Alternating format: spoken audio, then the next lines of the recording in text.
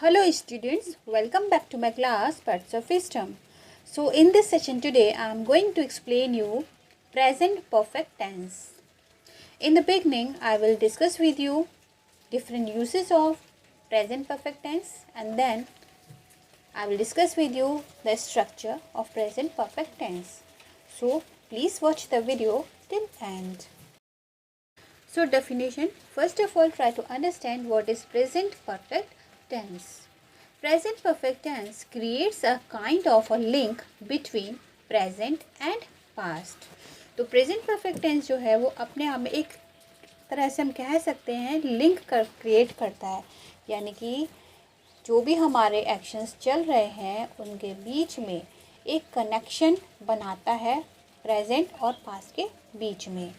The time of action is recent past and is still leaving an impact somewhere till now. जो भी action है वो अभी हाल फिलहाल पास्ट में ही स्टार्ट किया गया था और जिसका प्रभाव जो है वो हमें अभी तक दिखाई दे रहा है.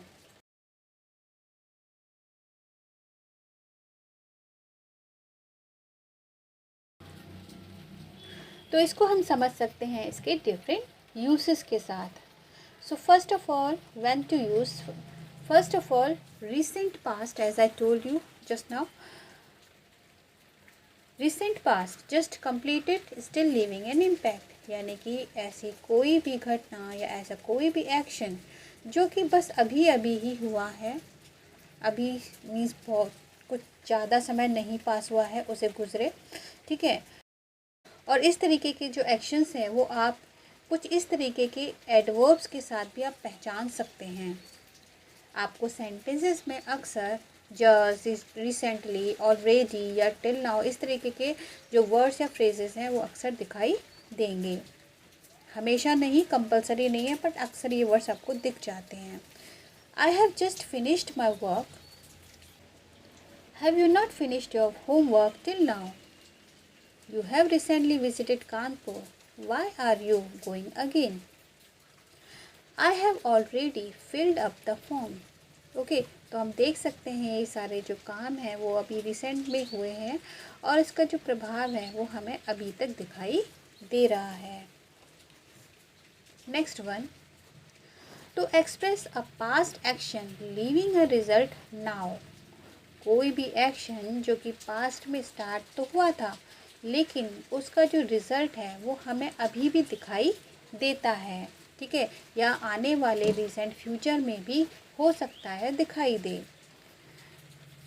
इनको भी हम इन वर्ड से अक्सर पहचान सकते हैं एडवर्ब से.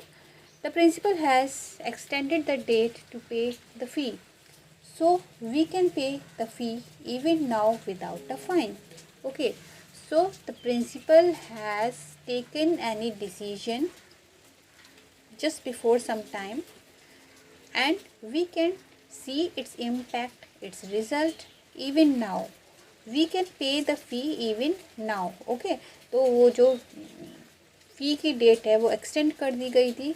वो जो डिसीजन लिया गया था वो पास्ट का था लेकिन उसका रिज़ल्ट, उसका जो प्रभाव है अभी हमको दिखाई दे रहा है और हो सकता है आने वाले कुछ समय तक फ्यूचर में भी दिखाई दे. I have finally got my graduation degree. Now I can apply for a new job. Okay, तो हमको ग्रेजुएशन डिग्री मिल गई है तो हम उसको क्या है, मैं अप्लाई कर सकती हूँ जॉब के लिए. मुझे ग्रेजुएशन डिग्री कुछ समय पहले मिली, ठीक है, वो एक्शन पास्ट में था, ठीक है, लेकिन जॉब मुझे अब मिल सकती है, ठीक है, तो उसका जो इम्पैक्ट है वो अभी हमको दिखाई दे रहा है. एंड रिसेंट फ्यूचर में या फिर वी कैन चाहिए होल ऑफ द लाइफ, यानी कि हम कह सकते हैं कंप्लीट फ्यूचर में हमका जो हम तो कंप्लीट फ्यूचर में हमको उसका जो रिज़ल्ट है वो दिखाई देगा. Next one, finished actions, life experiences. See now, finished actions, past perfect भी फिनिश्ड एक्शंस की बात करता है और प्रेजेंट परफेक्ट भी फिनिश्ड एक्शन की बात करता है, लेकिन दोनों में अंतर क्या है. जो प्रेजेंट परफेक्ट टेंसेस होते हैं उनके जो फिनिश्ड एक्शंस होते हैं वो हमारे लाइफ एक्सपीरियंसेस की बात करते हैं. हम उनके सेंटेंसेस यानी कि वो सारे सेंटेंसेस जो हम अपने जीवन के एक्सपीरियंस के रूप में मोस्टली रिपीट करते रहते हैं, वो सेंटेंसेस प्रेजेंट परफेक्ट टेंस के अंदर आते हैं। For example, I have never been to Lucknow.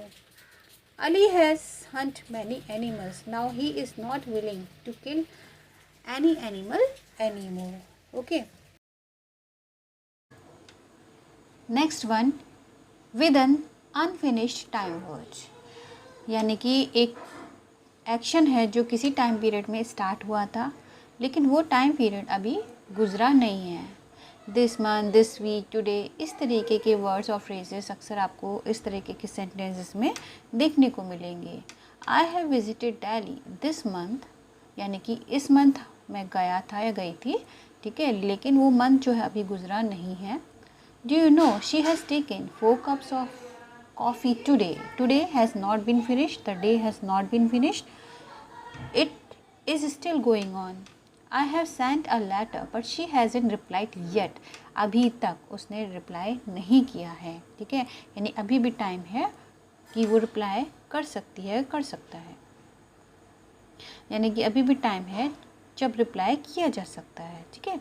तो इस तरीके के अनफिनिश्ड टाइम वर्ड्स जो होते हैं इस तरीके से, उसमें भी हम प्रेजेंट परफेक्ट का ही यूज़ करें। प्रेजेंट परफेक्ट टेंस स्ट्रक्चर से पहले हमें ये समझना है कि प्रेजेंट परफेक्ट टेंस को हम पहचानेंगे कैसे। अगर वो कहीं पर भी किसी भी सेंटेंस में या किसी भी पैराग्राफ में आता है तो हमें कैसा पता चलेगा कि प्रेजेंट परफेक्ट टेंस कौन सा है। How to recognise in English, English में आप कैसे पहचानेंगे किसी भी सेंटेंस में प्रेजेंट परफेक्ट टेंस है।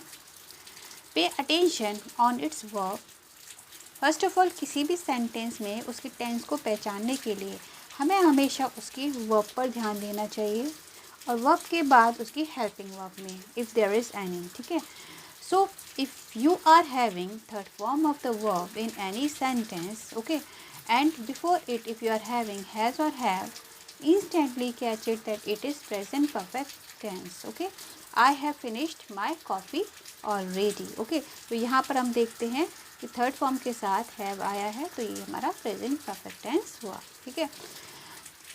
There are some adverbs also by which you can recognize that it is present perfect tense, already, ever, never, before, just, till, now, इस तरीके के phrases और adverbs आ जाते हैं तो आप तुरंत समझ जाएं कि ये प्रेजेंट परफेक्ट टेंस है। How will you recognise in Hindi, in Hindi if you are having the words like phrases like चुका है, चुके हैं, चुकी है, इस तरीके के अगर फ्रेजेस आ जाते हैं या फिर गया है, चला गया है, ठीक है, इस तरीके के आपको अक्सर फ्रेजेस मिलेंगे तो आप तुरंत पहचान जाएंगे ये प्रेजेंट परफेक्ट टेंस है, ठीक है।